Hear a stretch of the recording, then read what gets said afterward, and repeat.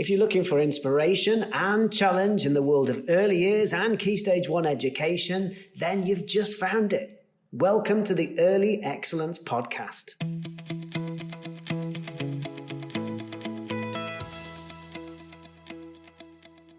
Hello everybody, Andy Burt here. Welcome along to episode 58 of the Early Excellence Podcast. This week we are joined by Ben Kingston-Hughes. Now, Ben is a writer, he's a keynote speaker and trainer. He's an author as well, and he's really interesting to listen to. He joined me for a conversation. We talked about all sorts of different things. In fact, the conversation takes many twists and turns, as all the best conversations do. But what runs right the way through the conversation that we had is the vital importance of early childhood. Really getting it right in the early years is crucial, and that comes across loud and clear in the chat that we had. So here's my conversation with Ben Kingston-Hughes.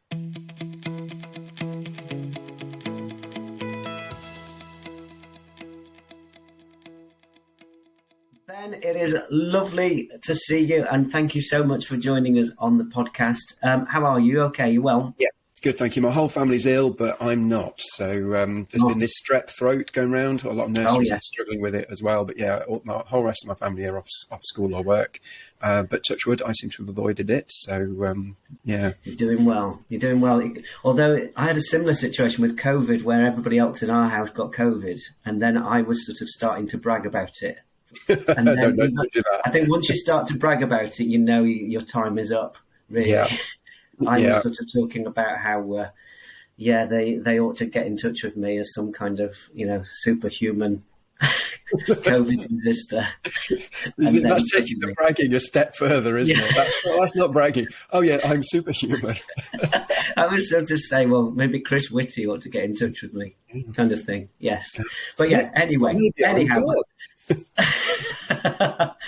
Thank you ever so much for joining us. We're going to be talking about, of course, the vital importance of the early years and of early years teachers and early years practitioners, because we don't talk about the importance enough, I think. We often, I think, when it comes to sort of sometimes in the press, or certainly if you work in a school, I think you sometimes feel as the early years teacher that you're not really the most important person on site. And yet, actually, we really should. So we're going to be talking all about that, aren't we? Just before we do get onto that, I need to tell people, of course, that you are coming to Early Excellence to deliver a conference for us that we're really excited about. You're coming at the end of March to deliver a conference and also to deliver a live webinar for us as well. And I'll give more information about that at the end of the podcast. Okay. In terms of today, really, we're going to talk about, as I say, the importance of the early years and of early years teachers and practitioners. Before we get on to that, can you give us an idea of where this all started for you? Because I know you've been working in the early years for 30-something years. Is that right? 32 years now. As origin stories go, it's a bit of a weird one. I was actually kicked out of university, so I failed miserably. I now know I have ADHD, so that might explain it. Obviously, there was also an element of not doing any work and, going out drinking and all the stuff that, used to happen at university before you had to pay so much for university that you wouldn't dare risk your place. But basically, I didn't respond well to this course, didn't get on, and I effectively got kicked out. About the same time, I moved out of home, living in Leicester, and got fired from a succession of jobs and was pretty much making a hash of my entire life. I was really not doing well. And then I saw an advert for an inner city project working with children. And this project worked with children of pretty much of all ages. So they had an under fives department in the morning, after school section, and then a youth section. And I ended up working for all three of these sections simultaneously. And I went for 6 weeks, and 13 years later, I was deputy manager of the place, and I was actually effectively managing it as well, because the actual manager was off for an extended period of time. So it kind of changed my life. So really didn't know what I wanted to do with my life, wasn't good at anything. And then out of nowhere, just this job working with children. And genuinely transformative, and I've done it ever since, and I'm not ever going to stop doing it. So yeah, I don't know what would have happened if I'd not found that job. I then went on to do a degree and subsequently an MA, and paid for myself to go through all of those. It was weird though, even at the time, I kept thinking, when I get my MA, I'll get my proper job. And it was, my parents just thought I was messing about. We talk about the value of early years. We're working with children in general.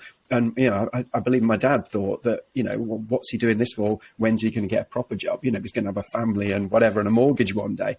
But yeah, I realized quite soon that this was my proper job. And I've done it ever since. So I've done all sorts of qualifications after starting it. So Yeah, definitely. Yeah. No, that's really interesting. And it's interesting what you were saying about that kind of proper job kind of thing as well. Yeah. People. I think you're right. I think people sometimes don't see it as kind of what you will plan to do eventually. They see it as sometimes a kind of a middle, a stepping stone sort of thing. I had quite a few friends who were very, very successful in their early careers. So sitting around, in a pub with friends who were like research scientists for, who'd got a first at Imperial, physics college or whatever. A friend of mine worked in London as a futures buyer and got like the wage he was on was just astronomical. And I'm sat there on, almost minimum wage. But I still felt I was onto something because the life experiences that I had of supporting some of the most vulnerable children to have the best time ever felt worthwhile. Whereas, the hundreds of thousands of pounds a year that they were earning, I don't know, but obviously that's the problem, isn't it? We have an early years industry where some people are paid minimum wage, where their impact on a child is more than any other teacher that child's ever going to have, including secondary school, including university lecturers. So it's completely reversed how it should be. And, I think that's the problem. I think it's why we lose so many really good early years workers, is because you can't feed a family. That's the issue. The only reason I left working at the place I did work at, vowed I'd never leave, was because I had a child on the way. I'd got a new house, I'd got a mortgage, and a big charity wanted me to work for them as a national strategic officer, working all around the country. And I just looked at the pay and thought, I can't not do that. It was awful. But the best thing about this job for the charity was that I still got to work with children as well. So it was a kind of mixed role where I worked with local authorities at strategic level, writing play strategies and looking at how we can improve things for children. One nice job I got was to try and persuade local authorities to take down no ball games signs on bits of green land, just so that children could actually use a ball. Which was, but I also got to do lots of children's projects as well, again, working with all ages, so from early years all the way up to youth. So I spent a few years doing that. And then change of government, all of the money was ripped out at the heart of a lot of these projects. There was just no funding. So this agency made everybody redundant. They just took the entire team. And at the time, we'd been the most successful team they'd ever had in terms of fundraising, in terms of high-profile projects. But they didn't even look at that. They just made us all redundant. And I think the rest of the team just went and did other jobs. And I thought to myself, well, this is the only thing literally I'm good at. So I set up for myself, picked the bits I enjoy the most about the working for the charity. So the working with children and the working with adults who work with children. And so 11 years ago, set up my own company. And since then, we just support vulnerable children wherever we can. And I do training and the conferences like the one I'm doing for you guys. So, so that's my entire career in a nutshell. It is. You're a busy bloke. It's fair to say you do a lot of different things there. Yeah. Well, the biggest problem with this job is that it's 6 days, because if you work for a nursery setting, they can't do an evening. They've been there since 6 a.m. I mean, we still do some evenings if they want, but most of them will want a Saturday. So my Saturdays book up months and months in advance, because it's the only day that a nursery setting can do that. And when you add together the schools and all the other places that I do work for, it does get very busy, but No, but good and rewarding as well, I should think. Yeah. I know you do a lot of work around supporting vulnerable children, so your work must be incredibly rewarding. Some of as I get older, I get kind of cynical and a bit jaded, and I'm driving to a children's session and I'm grumpy, I'm miserable, I'm giving up my time, it's raining. And every single time I get there, I'll meet a child or I'll see something happening that just makes me, just reminds me why I do this job in the first place. And I see week in, week out, some of the most profound things ever, just with children being able to be children again. And I did a panel discussion at Nursery World recently, and the speakers there were just so articulate and incredible, and just the best of the best in early years. And I'm not quite like that. My brain doesn't work as in terms of that kind of situation. But the one thing I do know is that I see it. So you can't always articulate how amazing this early years practice is, but when you see it week in, week out, and it actually changes children's lives, that's the perspective I look at it from. So yeah, absolutely, and that, of course, is what we're going to look into in more depth, isn't it? So when we're talking about the importance of the early years, one of the things that we've got to really focus on, of course, is play. Now, I was doing my research for the meeting for our chat today, and I watched a clip. This great clip of you, a kind of a 5-minute clip, basically, of you really going for it. The energy in the clip was fantastic. I was a little bit worried because people who I work with talk about me as somebody who's got a lot of energy, and I kind of, I think, can be a bit much sometimes. And I was watching the clip of you with the energy, and I was thinking, blimey, both of us together, we could break the internet. Yeah. But yeah, you were talking, what I loved, there was one bit of it particularly that stood out for me, and it was, you talked about play, and when children are engaged in play, that really high level play, you said it's like a virtual firework display going on in the brain. And I loved that. And I wondered whether you wouldn't mind explaining or kind of exploring that with us for a little bit, if that's all right. Yeah, no, of course. I will just say on the energy side of it, I'm a very odd person in that when I'm doing things like that, people think I'm this kind of, I don't know, confident person. And I'm in real life, I'm not that at all. And so I do these conferences in front of hundreds of people, and I've got this kind of persona that I can put on because I know how important the messages are that I'm getting across. But then, come and talk to me in the break in a one-to-one situation, and you'll be quite disappointed because I'm actually not. I'm just, I have social anxiety. I panic in social situations, but weirdly, I don't get nervous when I'm speaking in front of large crowds of people because originally, I was asked to speak in front of 5,000 people at a big protest rally. And the only reason I did it was because all of the deputies and the managers of all of the places in Leicester City, none of them could do it. Even people that sounded really confident, even the people that knew their stuff and would have been brilliant, but not one of them said, I'm not doing that. And I'm looking around a room of like 20 people. I said, well, somebody's got to speak up for the children. And somebody went, well, you do it then. So I ended up speaking in front of 5,000 people. And when you've done that, you can do anything, really, can't you? Of course you can. In real life, I'm just a little bit odd and awkward. No, but I know what you mean. I think there is a different thing that happens. Yeah. It's almost like sort of kind of, I suppose, like you say, a persona, a character almost. Yeah. There's a different thing that happens. Similar kind of thing with me, really.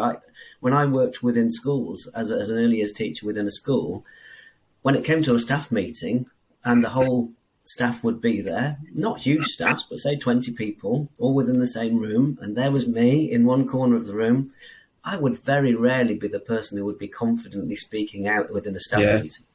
Which sounds ridiculous now when I think that actually I do deliver training and, talk to quite large groups of people.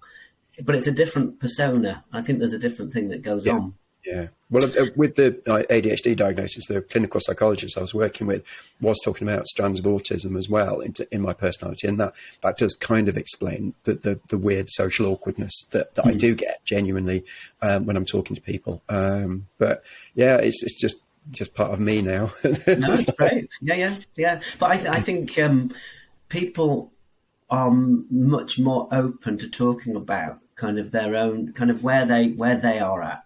In terms of sort of neurodiversity and that kind of being able to say, well, actually, this is me, kind of thing, and this is very typical of me in terms of my what I do or what I don't do. I might go off on tangents, or I might or whatever else, and I think people are very open to that now. Yeah, I've only just started last couple of years sort of being open about stuff like this because it's kind of, I come from the generation that's slightly embarrassed about it. Yeah. And I've been recently telling a story about social anxiety, which is just one of those things that happens, to me regularly.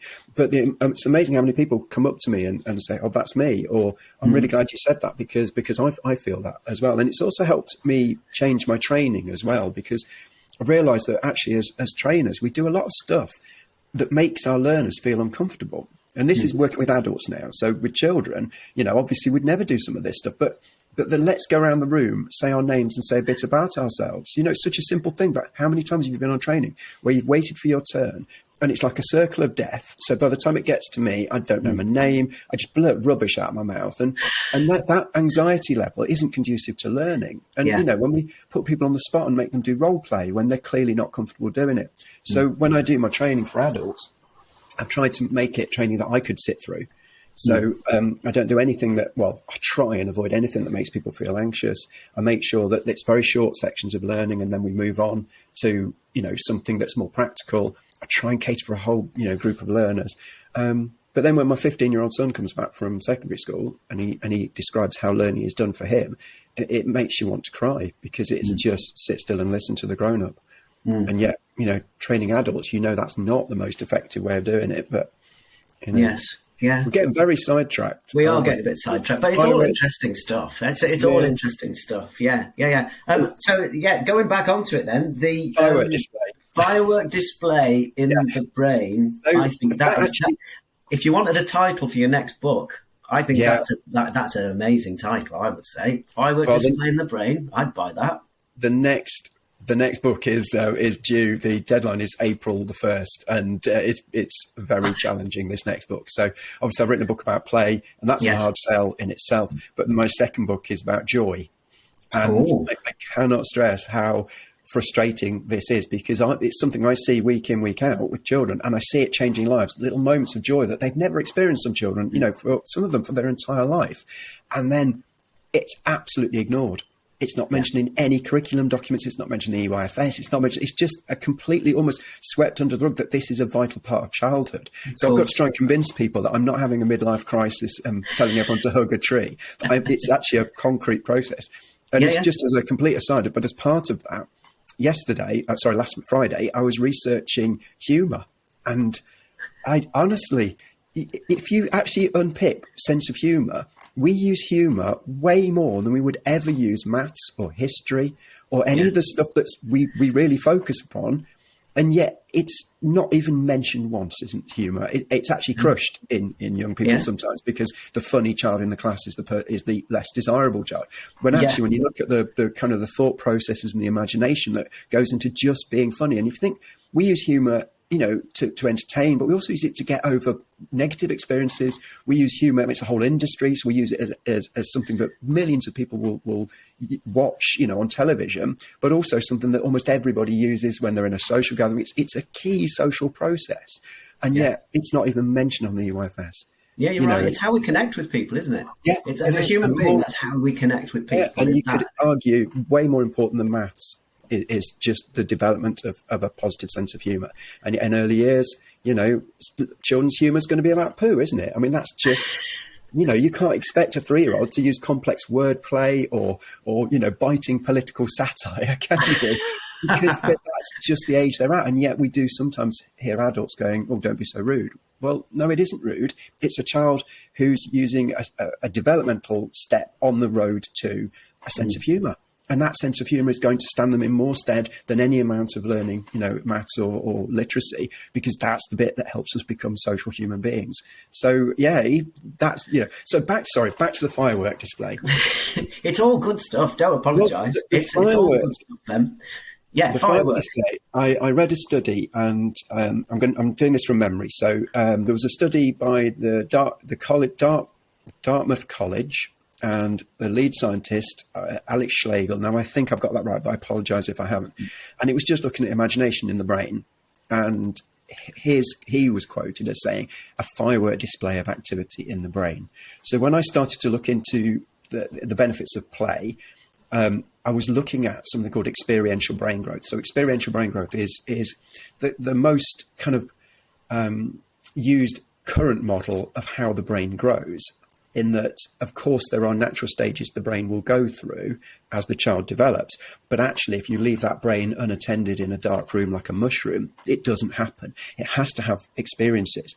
It has to have experiences through the senses to make that brain grow. So in essence, you have to use your brain for it to be able to grow. So play gives such a broad range of experiences, from even simple things like playing hide and seek one day, digging a hole, pretending your puppet's got a voice. All of these broad range of experiences activate so much of the brain. It makes play potentially the most powerful brain growth tool that we will ever use, because it uses so much of the brain. So just like those studies of imagination, if a child is playing, their brain is lighting up like a firework display because it's using so much of their brain just in the simplest types of play. So that's kind of the first step on understanding how important early years is, because it's early years when the most accelerated time for brain growth happens. It's never going to happen again. And this is the thing people forget about early years, is that a lot of the processes that take place in early years can't happen later. It's too late. And that's the key. What you're doing in early years is setting the foundation for every bit of brain growth and development and learning that child is ever going to have. And if you get that bit right, then all the other stuff can fall into place. But if that bit's not got right, everything else could struggle. So that firework display of activity just describes just how much of the brain you're actually using when you engage in simple moments of play. Yeah. It transcends the entire brain, from the kind of really physical jumping and climbing and rolling, play fighting and all of that, to the really complex stuff that animals can't do, the imagination stuff. You know, dogs and cats just, you know, they've got play. We can play with our dogs and cats, and they'll chase a ball. And, you know, I do think it's funny that, like, all mammals can play. So, you know, dogs and cats chase balls around a field. Why is it only humans that we pay millions of pounds for chasing a ball around a field? Why don't we pay dogs? I mean, I would pay good money to see an FA Cup final between Labradors and cats. That would be awesome, wouldn't it? It would. I would. Yeah. But then play lifts into that unique bit that the dogs and cats can't do. And one of the examples I gave in the book is that, you know, a chimpanzee is an incredible problem-solving brain, but they don't have those frontal lobes. That's a weird mutation in humanity that happened probably 200,000 years ago. Nobody knows why, but they don't have that self-aware bit. So the chimpanzee can use a stick as a weapon and as a tool, but no chimpanzee can ever pick up a stick and go, Expelliarmus, because they don't have that architecture in the brain, and it's that frontal lobes, and play takes in that as well. So what you've got is an entire brain workout. Yeah. And remember, using the brain grows it, and early years is the best time ever to grow that brain. Yeah. So yeah, that's the firework display of activity in the brain. That's what play does every single day. Which is incredible to think about, isn't it? That actually that happens within that, particularly within the early years as well. The time sensitivity of it, I think, is the key, isn't it? That time sensitivity, and of course that, I think, is very much what the Department for Education are aiming for when we talk about, you know, the prime areas of learning and then the specific areas of learning. The prime areas being the ones that are the time sensitive parts. I still don't feel like we focus enough on that. You know, when I work with schools, for example, you know, quite often the timetable is very much about areas that are not necessarily prime areas. The thing is, there's an argument that a lot of the stuff that we focus on is the wrong focus. And I know I'm not having a go at maths at all. I think maths is amazing. I actually quite like. I don't have maths anxiety myself. I work with a lot of people who do though. But actually, when you unpick what makes humanity successful, having the maths is brilliant. It really helps. But if you haven't got the imagination to apply that maths, that's all it's ever going to be, is arithmetic. And it's the same with grammar. And, you know, I know lots of words, but that's not why I've written a book. That's not the motivation. What helped me write the book was the imagination to put those words in a certain order to write. And that's the bit we don't focus on enough. We don't focus on the imagination and creativity. That's seen as almost like secondary and almost like, you know, brushed under the carpet. So things like art and drama and music are always going to be secondary to maths and science. But the trouble is, it's the creativity that takes that other stuff to the next level. So I think that's something that was really missed in current education is just the fact that imagination and creativity change the world, whereas knowing arithmetic doesn't. And that's not having a go at maths. I promise. I think maths teachers do a brilliant job, and, you know, it is a hard subject to teach. And I just think that it should be just as valuable, should the creativity and the imagination as well. Yeah. Yes. No, agreed. Changing tack slightly, the other thing that I really wanted to talk to you about was life expectancy. Not of us, but of young children. Young children within the early years, I think, certainly the work that we do with young children in the early years is incredibly important, not just for that period of their lives. Yeah. And, not just even for their time within primary or their time within secondary. Studies have shown, of course, those longitudinal studies like the EPSI study have shown that the importance of early childhood education and the impact on secondary school education and so on, and life chances. But actually life expectancy and kind of what we get out of life, I think that's, it's incredibly powerful to think about early years education and the impact of it on life expectancy and life chances, I think. Can you tell us a bit more about that? Well, the life expectancy stuff it just comes from that realization that you can't build the strong, healthy body, brain, skeletal system, respiratory system, cardiovascular system. You can't build that in adult life. It's genuinely too late by then. The only time you can build that is as you're developing. And again, what we're looking at in early years is the most accelerated time in their life for developing the strong, healthy brain, body, and all of that other stuff that they're going to need for the rest of their life. So even simple things like, your heart health. Heart health is the biggest criteria for life expectancy. And you build the strong, healthy heart that you need for the whole rest of your life. You build it in early childhood, and you build it through using it, and you use it through the physical play that you instinctively do as a child. The running around stuff, the crawling, the jumping, the skipping, all of that. And so, you've got a huge criteria for life expectancy that is built through physical play. And when we look at statistics on sport, for instance, a lot of children disengage in sport, and that's not anything against sport. Sport is amazing. It can be life affirming and transformative for some people, but play is the one discipline that engages all children because it's not about being good at stuff. It's not about winning or losing. It's just about the joy of the moment. Actually, we use play to re-engage children who've already disengaged in physical activity or are at risk of obesity or associated health conditions. And we just get them back into play back into physical activity just by not caring if they're fast or slow or strong or good, just having fun. And one of the classic examples of that is water slides. You set out a water slide for children, they will run at full sprint to go down a water slide, but it doesn't matter whether they're, at risk of obesity or not, because what they're doing is they're running because it makes the water slide more fun, not because the grown-up has told them they've got to run. And that is the difference. That's where play steps it up a notch and can engage every single child. So heart health, your lung health, respiratory system. Best defense against COVID was, apart from vaccination, having a strong respiratory system in the first place. And you build that in childhood. You build it through all of the stuff you do that work, your heart and your lungs, your bone health from jumping off stuff, climbing off stuff, skipping, handstands, cartwheels, all the stuff that gets banned in some environments. You can't do cartwheels because, that is one. The school recently said they banned cartwheels because they would only allow them in a proper gymnastics class. And I was trying to argue that, cartwheels existed long before we called it gymnastics. Yeah. And I think that's the problem sometimes with sports, is that it's appropriated human physical movement in a way that means that you now think you can't do it if you're not good at sport. Running and jumping and skipping and hopping, all of that existed long before. I have suggested in my new book that the Olympic Games, because it focuses, because the role models we see in sport tell us that you've got to be super fit, super thin, super, strong. And as a 5'6" bloke, I'm never going to be as fast as Usain Bolt. It doesn't matter how much I train. And what that unfortunately doesn't do, it shows children that there's some people who are good at physical activity and some people aren't. So I think with the Olympics, we should broaden it so that there are more events. So I think 2 events that should go on there are spinning around till you feel sick event. I think that would be a good one. And pretending you're a worm. I think that would be a really nice event. And if they include those, then if children could see that physical activity is for everybody, not just for the young fit sports coach that comes in and does sport once a week. So I'm getting sidetracked, but the early physical movement's intrinsically linked to life expectancy because we give so many of those criteria, and early years being the best time to do it. And actually, if you get to adulthood, there's no second chances. The only second chance with heart health is if you get a heart transplant. So, yeah, this is vital stuff that children are doing. Yeah.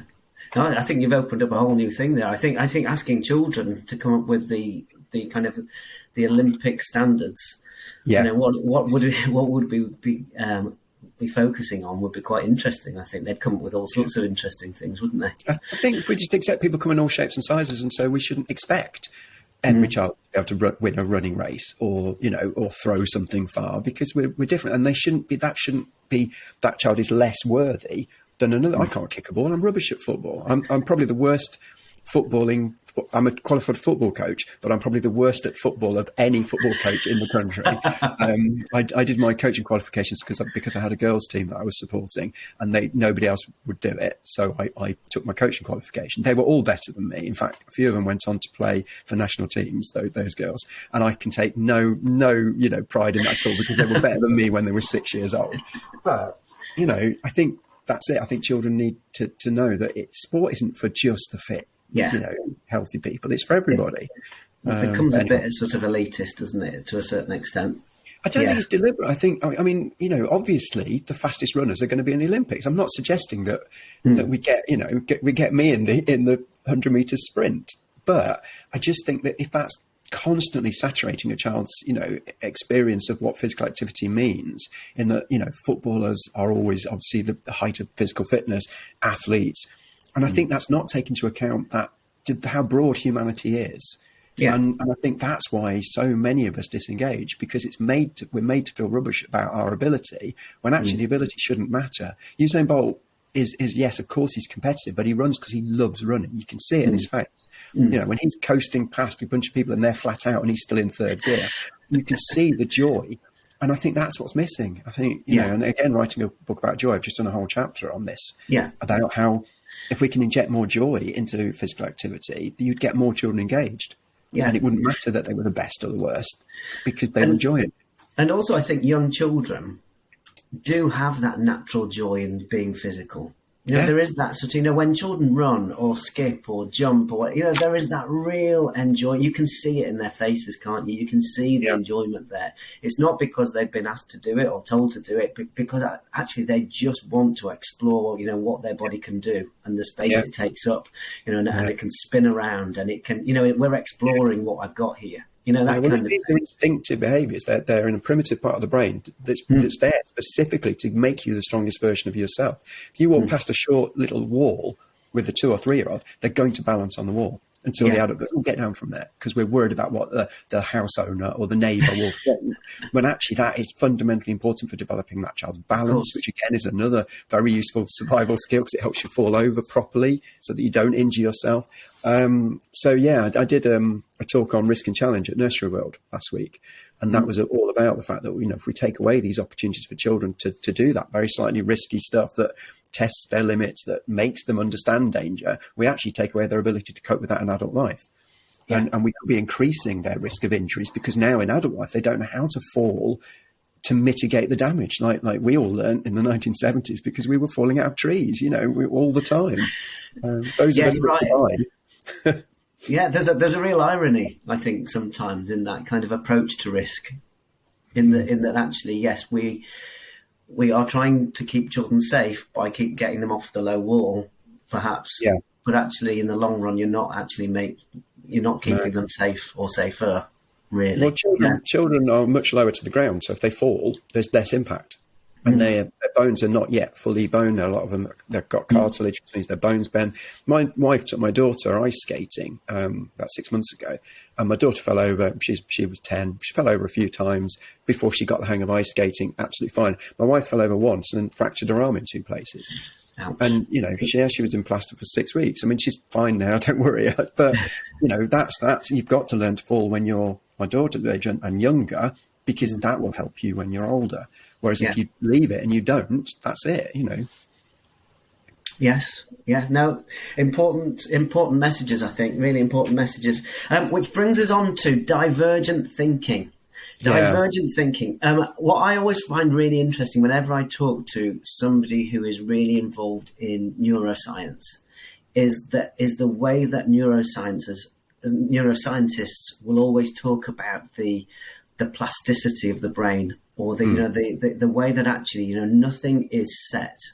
And when we're talking about working with young children, nothing really is set. This is something. The brain is something that actually can be formed at that point, is developed so much, is developing so much at that point that actually, it's changing and developing all of the time. And I think it's so important when we work with young children.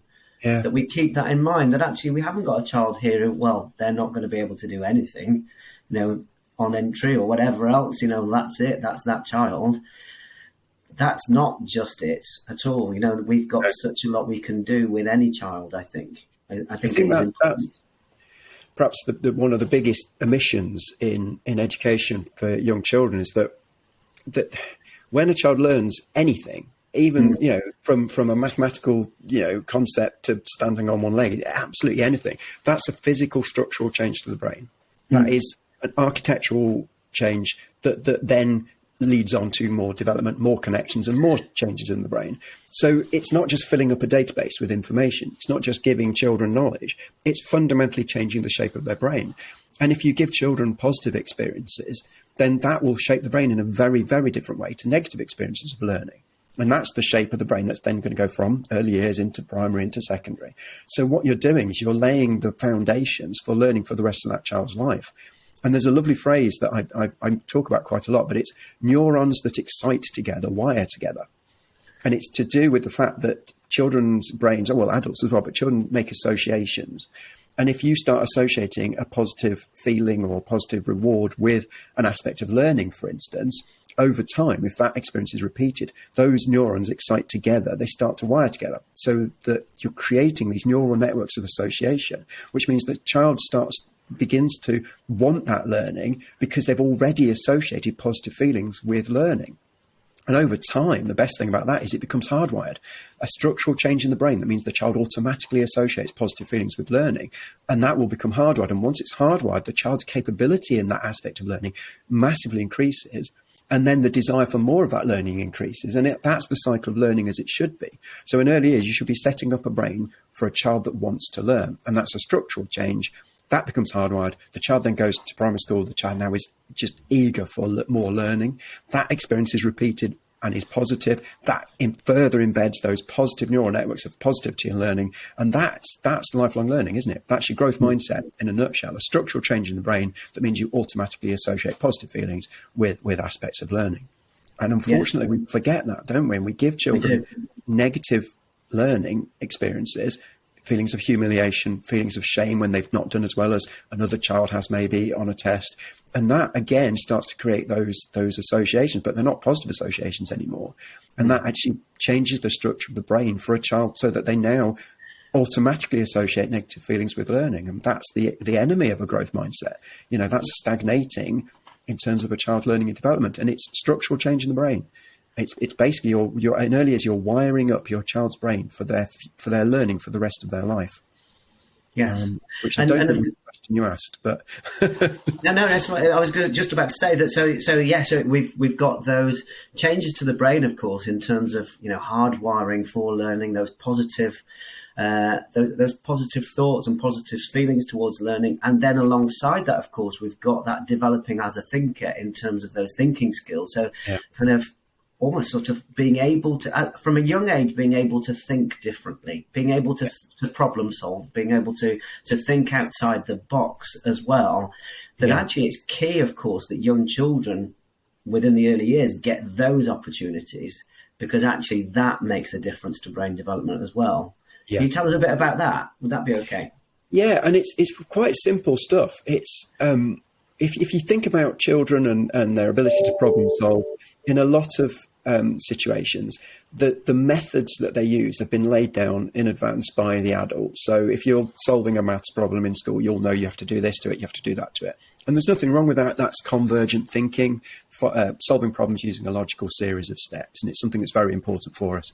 But the trouble is, life itself isn't convergent, life's divergent. And that means life is going to throw you a curveball. It's going to change the variables at the last minute, and you have to adapt. And our ability to adapt is intrinsically linked to our ability to think divergently. Divergent thinking is just solving problems, but with multiple solutions and creative solutions.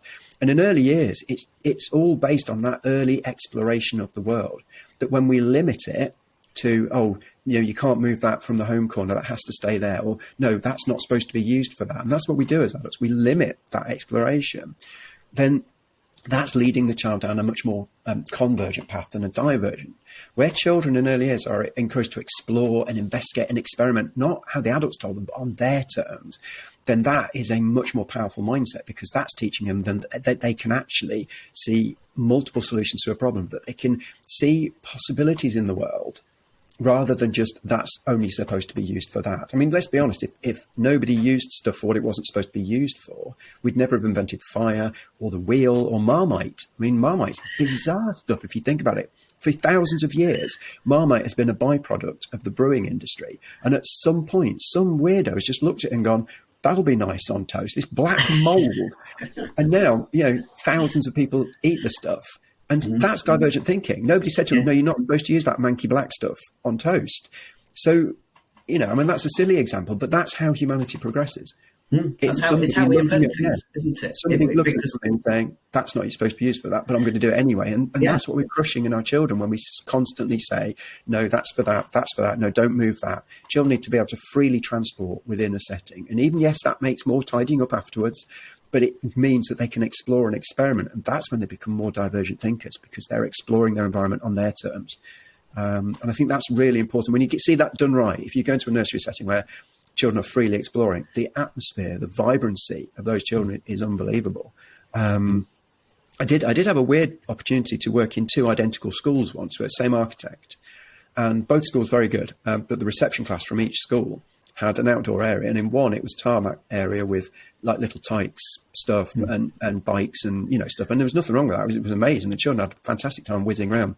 But the other one, it was all open-ended resources. There was sticks and crates and mud, and they got free access to water, which was awesome. And best thing of all, the bucket had a hole in it, and I don't know if that was deliberate or whether that was just a happy coincidence, but the children had to problem solve every time they wanted to cart the water from there to the hole they'd done. And the children the exact same age of children looked older in terms of their interactions and their social skills in the setting that had just got that freedom to explore in the environment. So nothing wrong with the bikes and trikes. I love a bit of bikes and trikes, but actually in the environment where it was all about moving sticks and crates and half pipes and using water and sand and, creating freely, the children, it was like different children. Absolutely incredible. I can believe it completely. Yeah, what an interesting situation. That doesn't happen very often, does it? Two completely identical settings to then be able to compare like that is very interesting, isn't it? Yeah, the frightening thing is that one of them's very, because they're new builds. So one of them, it's a very established estate.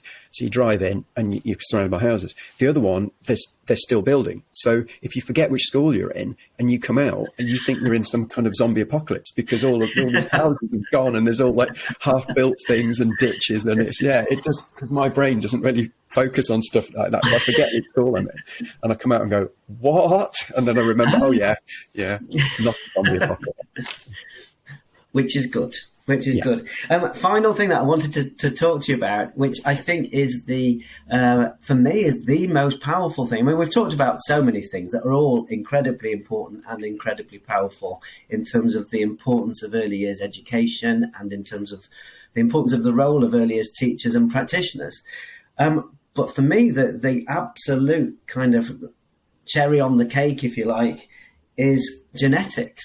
And this, to me, when I heard you talking about this, I was thinking, crikey, that is amazing. Could you tell us about the impact on genetics of early years education? Well, this is something, and I'm not a geneticist, but this is something that I've discovered quite by accident, actually. I was listening to a comedy show on Radio 4, and this guy called Rob Newman, who does almost like comedy neuroscience. So the older people will remember Rob Newman because he was in the Mary Whitehouse Experience. Yes, and he got very, very famous. He became like rock star status, but he hated it apparently, and he didn't like the attention. And now he does these incredibly intelligent, well thought out kind of Radio 4 programs about philosophy and neuroscience and evolution and all sorts. So he just, this one little snippet that he shared, and I thought, now that sounds incredible. So I started to look into it, and I mean, it sounds very simple. I'm guessing it really isn't. But what we're looking at in terms of genetics, for years now, I've assumed that genetics was set in stone. So as somebody who works with children, genetics isn't really that important to us because we can't change the fundamental genetic code of our children, the molecules of DNA that are passed on from our parents to our children. But it turns out that for 32 years of working with children, I've been completely wrong, because it turns out you can actually alter your children's DNA. And there's a new study of genetics called epigenetics. And it turns out that experiences of childhood, early childhood, can switch on and off the markers in the DNA, which is then passed on to the next generation. So your early years environment is, of course, helping that child in the short term. It's helping that child for the rest of their life. But it's also potentially helping the unborn children of the child that you're working with. So if you're an early years worker, your impact isn't just on the child that you're working with.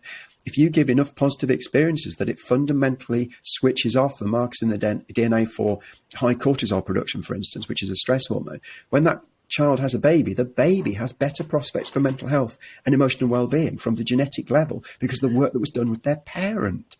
I mean, that's the most humbling and just amazing thing I've ever heard about early years. And not only is it just one generation, studies in rats have shown that nurturing environments have an impact on 2 generations of rats, which means the next time you work with children, if you're an early years worker, you could be potentially helping the unborn grandchildren of the children that you're working with. I mean, if that doesn't deserve a pay rise, I don't know what else does. And this is the problem. We've got early years workers on minimum wage, yet they have more impact on a child than anybody else, any other teacher that child will ever have. And we're treated like glorified babysitters. You just play with children, that whole chestnut. And I think if people realise the impact of an early years worker and how important it is that we get passionate, enthusiastic, well-trained, well-qualified early years workers who are paid a proper wage, it would transform society. It would absolutely, completely transform our society from the genetic level. Humanity would be a better species if we got early years right for every single child. That's the most humbling and amazing thing. It's absolutely incredible, because I think as well, we often talk about, people say that, they, as an early years teacher, one of the things that we really enjoy about doing it is that we're almost like a kind of, have you ever heard that phrase people use where they say it's like using a message in a bottle, but to a time that you're not going to see yourself? That kind of idea. It just, that kind of, this child will grow up, of course, to be an adult, and we won't see that time necessarily. I'll be long gone by that point, but kind of what the impact of you on that child will mean that, a future generation will benefit from the work that you have put in. So it's a message in a bottle to a time that you won't see. But of course, the genetic side of it means that actually it's not just a message in a bottle that's going to go so far. It's actually going to go a long way. Potentially 2 generations. It's mind blowing anyway. But then to add another generation onto it, the potential of that, I think, is incredible. Absolutely incredible. Ben, it has been wonderful to speak to you. I've really, really enjoyed chatting to you. Really interesting conversation, all about, of course, the importance of early years education, and, of course, the importance of the work that we do as early as teachers, as early as practitioners. And we do need to keep banging that drum, don't we? It's not said enough, really, the importance of early years education. As I mentioned earlier on, Ben is going to be coming to talk to us at Early Excellence and to talk for you people at Early Excellence. He's delivering a face-to-face conference for us on Wednesday, the 29th of March. And so, Ben, we are looking forward to having you. It's a full-day conference, isn't it? A full-day session over at the Early Excellence Centre in Huddersfield. So that's from 9:30 through till 3:30 at the Early Excellence Centre in Huddersfield on the 29th of March. And then the following day, which is Thursday, the 30th of March, a live webinar. We're going to keep you busy, Ben. Yes. Yeah. Yes. So Thursday, the 30th of March, a live webinar and a pre-order, or you can pre-order the recording of that particular webinar, which will be available to then watch and listen to from Monday, the 3rd of April. I think that's all of the information that I've been told to make sure that I share. Yeah. So if people want to know more, there's more information on the Early Excellence website, so earlyexcellence.com, and we will put a link in the podcast information so that you can click straight on it and go straight to it. Okay. Ben, thank you ever so much for joining us. It's been a pleasure to speak to you and chat to you this morning. Thank you ever so much. Yeah, you as well. And great to talk to you. In fact, we could have gone on all day, couldn't we? But, easily. Very easily.